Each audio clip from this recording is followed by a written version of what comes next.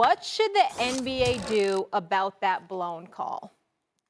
You asking me? I'm asking either. Look, nothing. I mean, nothing can be done. The idea that the Rockets would even want that win, are you kidding? So everything Lonnie Walker did for the Spurs, that doesn't count in the last 750, right? You're just going to erase that, pretend it never happened? Oh, we're going to replay it? Or you're going to give them the win because you add up all the points and then in regulation you scored more points than the other team? Stephen A. Smith, that is the most ridiculous idea. Sometimes someone gets it wrong and there's an injustice to the team and you're going to have to live with it. If it were at the very end of the game, that would make a difference. Then I would say you could give them the win, right? That should have counted. Because nothing came after it. The leverage of the moment is much higher. But you don't erase almost 8 minutes of fourth quarter basketball, not to mention 2 overtimes. Ridiculous. Of course, nothing should be done about it. Here's what it is for the Rockets. Tough. Them's the breaks. I'll give the Rockets credit for this. This is the biggest non-story that I think that I've ever had to comment on in the history of First Take. Non-story story?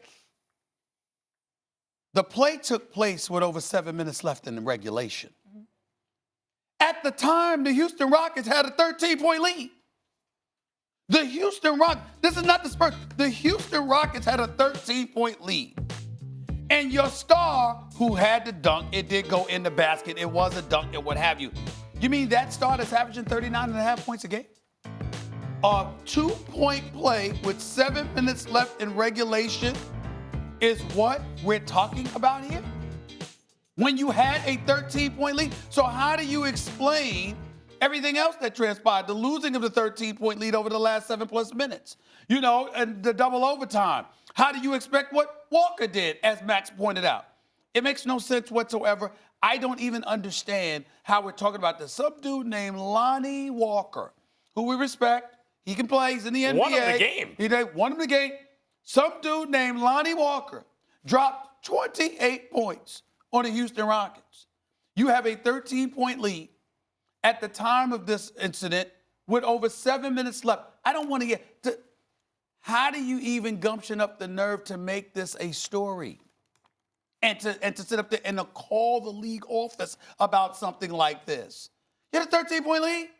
I don't even want to talk about it no more. It is the biggest non-story that I think we've ever discussed in the history of First Take. I can't even, the only thing that reminds me of this a little bit in my, life watching sports, do you remember when George Brett hit the home run against the Yankees? Stephen A., I forgot, it was in the early 80s. Pine tar, yep. He had too much pine tar on the bat, and Billy Martin, the Yankees manager, was waiting for a moment where he could use that because he knew Brett had too much pine tar on the bat. It was against the rules. Came out, pointed it out to the ump, took the bat. The ump saw it, called off the home run. Later, they reversed that, and they had them play a half an inning, and the Yankees wound up losing. But the point was, it wasn't after they'd already played the whole game.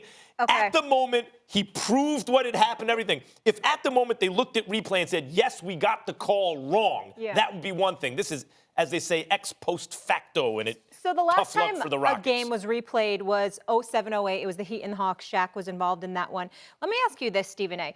When we think about the West, I know the sexy teams are the Lakers and Clippers, and maybe on paper they seem more loaded potentially than Houston. But what does this say about this Rockets team and their mindset? Well, I think that, to be fair to the Houston Rockets, I think no matter what you're seeing from them now, you'll see a better version of them once Eric Gordon comes back. I think that's a huge loss for them. This guy can play. He can really, really shoot the basketball, even though he was struggling to shoot prior to going out. But that was because he was hurt. He was trying to play through it before ultimately going to Mike D'Antoni, because when Mike D'Antoni and I spoke a few weeks ago, he said he came to me, Eric Gordon came to me and said, Coach, I'm in a lot of pain. I need to go get this checked out. And he's somebody that almost never does something like that. So because of it, they had to take it seriously. And obviously Mike D'Antoni was incredibly supportive of them, told him to go do that, and they realized he needed to have surgery. Once he gets back, and it's that additional weapon for Russell Westbrook to kick out to open shooters and make things happen. The combination of him along with James Harden is going to be potent. What I would say to you now, however, is this. I think Russell Westbrook is a superstar athlete. I think he is the most athletic point guard we have ever seen in NBA history. You can't bet your money on the Houston Rockets if Russell Westbrook continues to shoot 23% from three-point range. That's just not going to cut it. You need more from him. You don't need him to be a three-point shooter. Of course not.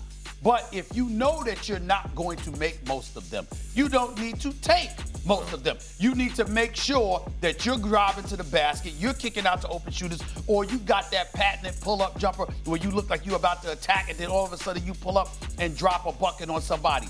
You don't need to be launching from three-point range if you're Russell Westbrook, if you're only going to make 23% of them. The Rockets' philosophy is to be so efficient that they just don't want you taking mid-ranges. Now, hold on. Let me interrupt.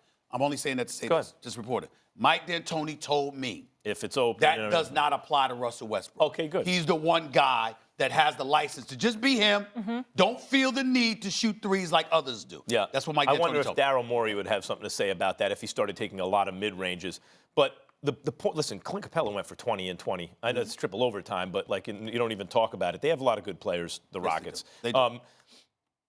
Russell Westbrook, as I've always said, a lot of the hand-wringing that goes on about him and the kind of armchair psychology that goes on about Russell Westbrook is really more than anything about the fact he doesn't shoot the three well.